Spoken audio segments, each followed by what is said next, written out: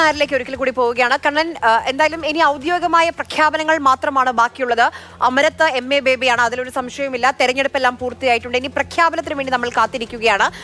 കേന്ദ്ര കമ്മിറ്റിയിലേക്ക് ആരൊക്കെ, കേരളത്തിൽ നിന്ന് ആരൊക്കെയെന്ന് നമ്മൾ അറിഞ്ഞു കഴിഞ്ഞു. പ്രത്യേക ക്ഷണിതാക്കളായി മണിക് സർക്കാരും, പ്രകാശ് കാരാട്ടും, ബൃന്ദ കാരാട്ടും, സുഭാഷിണി അലിയും, S രാമചന്ദ്രൻ പിള്ളയും, വിമൻ ബസുവും, അലൻ മൊലയും തുടരുമെന്ന് നമുക്കറിയുന്നു. ഇനി നമ്മൾ കാത്തിരിക്കുന്നത് PBയിലേക്ക് ശൈലജ ടീച്ചർ ഉണ്ടോ, അല്ലെങ്കിൽ കേരളത്തിൽ നിന്ന് ആരെങ്കിലും ഉണ്ടോ എന്ന് അറിയാൻ വേണ്ടിയിട്ടാണ്. ആ ഒരു പട്ടിക ഫൈനലൈസ് ആയോ? ആ വിവരങ്ങൾ ലഭിക്കുന്നുണ്ടോ? നിലവിൽ 4 PB അംഗങ്ങളുടെ ഒഴിവാണ് കേരളത്തിൽ നിന്നുള്ളത്. അത് പൂർണ്ണമായിട്ടും അത് 4 പേരുണ്ട്. MA baby, Pinarayi Vijayan, A Vijayaraghavan, ഒപ്പം തന്നെ CPM സംസ്ഥാന സെക്രട്ടറി ഗോവിന്ദൻ മാഷ്, അങ്ങനെ 4 പേരുടെ ഒഴിവുണ്ട്. പക്ഷേ ഇപ്പോൾ നമുക്ക് ലഭിച്ച പട്ടികയിൽ പുതുതായി ബിജു കൃഷ്ണൻ, അരുൺ, മറിയം താവളെ, വാസുകി, ജിതേന്ദ്ര ചൗധരി എന്നീ ആൾക്കാരുടെ പേരുകളാണുള്ളത്. 2 പേരുടെ ഒഴിവ് ഇവിടെ ഉണ്ട്. എന്നോടൊപ്പം സ്റ്റെഫിനുണ്ട്. സ്റ്റെഫിൻ, ഇവിടെ ഉള്ളത് 5 പേരുടെ PB പുതിയ അംഗങ്ങളുടെയാണ് ഉള്ളത്. പക്ഷേ 2 പേർ ഒഴിവുണ്ട്. അതിലേക്ക് ശ്രീമതി ടീച്ചർ KK ശൈലജ എത്താൻ സാധ്യതയുണ്ടോ? ഏതായാലും നിലവിലെ സാഹചര്യം വെച്ചിട്ട് എത്താനുള്ള സാധ്യത ഇല്ല. ഇപ്പോൾ നമുക്ക് മനസ്സിലാക്കുന്നത് ഒരു അനൗദ്യോഗികമായ വിവരമാണെങ്കിൽ പോലും CPMന് 18 അംഗ PB വരുന്നു എന്നുള്ളതാണ് ഏറ്റവും പ്രധാനമായി എടുത്തു കാണേണ്ടത്. അതിൽ 7 പേരാണ് ഒഴിയുന്നത്. അതിൽ പിണറായി വിജയന് മാത്രമാണ് നിലവിൽ ഒരു ഇളവ് ലഭിച്ചിരിക്കുന്നത് എന്നുള്ളതാണ് ഈ ഘട്ടത്തിൽ മനസ്സിലാക്കുന്നത്. 75 വയസ്സ് പിന്നിട്ട പ്രകാശ് കാരാട്ടും, ഒപ്പം തന്നെ ബൃന്ദ കാരാട്ടും, സുഭാഷിണി അലി, മണിക് സർക്കാർ, സൂര്യകാന്ത് മിശ്ര, G രാമകൃഷ്ണൻ എന്നിവർ PBയിൽ നിന്ന് മാറുന്നു എന്നുള്ള ഒരു വിവരമാണ്. അതിൽ ഇളവ് ലഭിച്ചിരിക്കുന്നത് മുഖ്യമന്ത്രി പിണറായി വിജയൻ മാത്രമാണ് എന്നുള്ള കാര്യമാണ് മനസ്സിലാക്കുന്നത്. നേരത്തെ നമ്മൾ പറഞ്ഞ പേരുകൾ തന്നെ ബിജു കൃഷ്ണൻ, അതോടൊപ്പം തന്നെ അരുൺകുമാർ PBയിലേക്ക് എത്തുന്നു. ഒപ്പം തന്നെ വനിതാ നേതാക്കളായിട്ടുള്ള വാസുകിയും മറിയം താവളയും പോളിറ്റ് ബ്യൂറോയിലേക്ക് എത്തുന്നു എന്നുള്ള വിവരമാണ് നമുക്ക് ഒടുവിൽ ലഭിക്കുന്നത്. ഏതായാലും കൂടുതൽ സ്ഥിരീകരണം അതുമായി ബന്ധപ്പെട്ട് ഇനി ഏതായാലും വരേണ്ടതുണ്ട്. ഏതായാലും ഒന്ന് ഉറപ്പിച്ച് പറയാം, KK ശൈലജ PBയിലേക്ക് ഇല്ല എന്നുള്ളതാണ് ഈ ഘട്ടത്തിൽ മനസ്സിലാക്കുന്നതിന് വേണ്ടി കഴിയുന്നത്.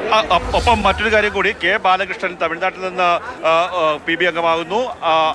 അമർറാം രാജസ്ഥാനിൽ നിന്നുള്ള MP ആണ്. ജിതേന്ദ്ര ചൗധരി ത്രിപുരയിൽ നിന്നുള്ള അംഗമാണ്. ഒപ്പം തന്നെ ശ്രീദീപ് ഭട്ടാചാര്യ ബംഗാൾ എന്നുള്ള പുതിയ PBയിലേക്ക് എത്തുന്നു. 18 അംഗ PBയാണ് ഇപ്പോൾ തിരഞ്ഞെടുക്കുന്നിരിക്കുന്നത്. നാളെ കഴിഞ്ഞ ദിവസം 17 അംഗ PB ആയിരുന്നെങ്കിൽ ഇപ്പോൾ 18 അംഗ PBയെ തിരഞ്ഞെടുത്തിരിക്കുന്നു. എടുത്തു പറയേണ്ട ഒരു കാര്യം, PK ശ്രീമതിക്കും തരിഗാമിക്കും ഇളവ് എന്നുള്ളതാണ് ഏറ്റവും പുതുതായി വരുന്ന കാര്യം. PK ശ്രീമതി കേരളത്തിൽ നിന്നുള്ള നേതാവാണ്, മഹിളാ അസോസിയേഷന്റെ ദേശീയ പ്രസിഡന്റാണ്. ആ കാര്യം പരിഗണിച്ചുകൊണ്ട് PK ശ്രീമതിക്ക് ഇളവ് ലഭിച്ചിരിക്കുന്നു. അത് കേന്ദ്ര കമ്മിറ്റിയിൽ തുടരുകയാണ് എന്നുള്ളതാണ് നമുക്ക് ഇപ്പോൾ ലഭിക്കുന്ന വിവരം. അതോ ക്ഷണിതാവാണോ? ക്ഷണിതാവിന്റെ പട്ടികയിൽ ഉൾപ്പെടുത്തിയിട്ടില്ല. അതുകൊണ്ട് തന്നെ കേന്ദ്ര കമ്മിറ്റി അംഗമായി PK ശ്രീമതി കേരളത്തിൽ നിന്ന് തുടരുന്നു. അതായത് രണ്ട് വനിതകളിൽ നിന്ന് തത്വത്തിൽ പറയാൻ സാധിക്കും. PK ശ്രീമതി, സലീഖ, ഈ 2 പേർ കൂടി കേന്ദ്ര കമ്മിറ്റിയിൽ ഉണ്ടാകുന്നു എന്നുള്ളതാണ് ഏറ്റവും എടുത്തു പറയേണ്ട കാര്യം. നേരത്തെ ഞാൻ പറഞ്ഞു വന്നത്, U വാസുകി എന്ന് പറയുന്ന നേതാവ് തമിഴ്നാട്ടിൽ നിന്നുള്ള തമിഴ്നാട്ടിലെ പഴയ പ്രധാനപ്പെട്ട ഒരു നേതാവിന്റെ മകളായിട്ടുള്ള കമ്മ്യൂണിസ്റ്റ് പാരമ്പര്യമുള്ള കുടുംബത്തിൽ നിന്ന് വന്ന ആ U വാസുകി കേന്ദ്ര കമ്മിറ്റിയിലേക്ക് വരുന്നു. മറിയം താവള പഴയ തീപ്പൊരിയാണ്, SFIയുടെ തീപ്പൊരി നേതാവാണ്. 80കളുടെ കാലഘട്ടത്തിൽ ഇന്ത്യ അങ്ങോളം ഇങ്ങോളം യാത്ര ചെയ്ത് അവർ ക്യാമ്പസുകളിൽ SFI കെട്ടിപ്പടുക്കാൻ വേണ്ടി ശ്രമിച്ചിട്ടുള്ള ഒരു നേതാവാണ്. അവർ കേന്ദ്ര പോളിറ്റ് ബ്യൂറോയിലേക്ക് എത്തുന്നു. ഒപ്പം തന്നെ മറ്റൊരു കൗതുകം കൂടിയുണ്ട്. ഇത്തവണ ഒരു ദമ്പതികൾ പോളിറ്റ് ബ്യൂറോയുടെ ഭാഗമാകുന്നു. അത് അശോക് താവളയും മറിയം താവളയുമാണ്. അശോക് താവളെ മഹാരാഷ്ട്രയിൽ നിന്നുള്ള ആളാണ്, ഡൽഹി കേന്ദ്രമാക്കി പ്രവർത്തിക്കുന്നു. ഇത്തവണ പാർട്ടി ജനറൽ സെക്രട്ടറി സ്ഥാനത്തേക്ക് പരിഗണിച്ച ഒരു വ്യക്തി കൂടിയാണ്.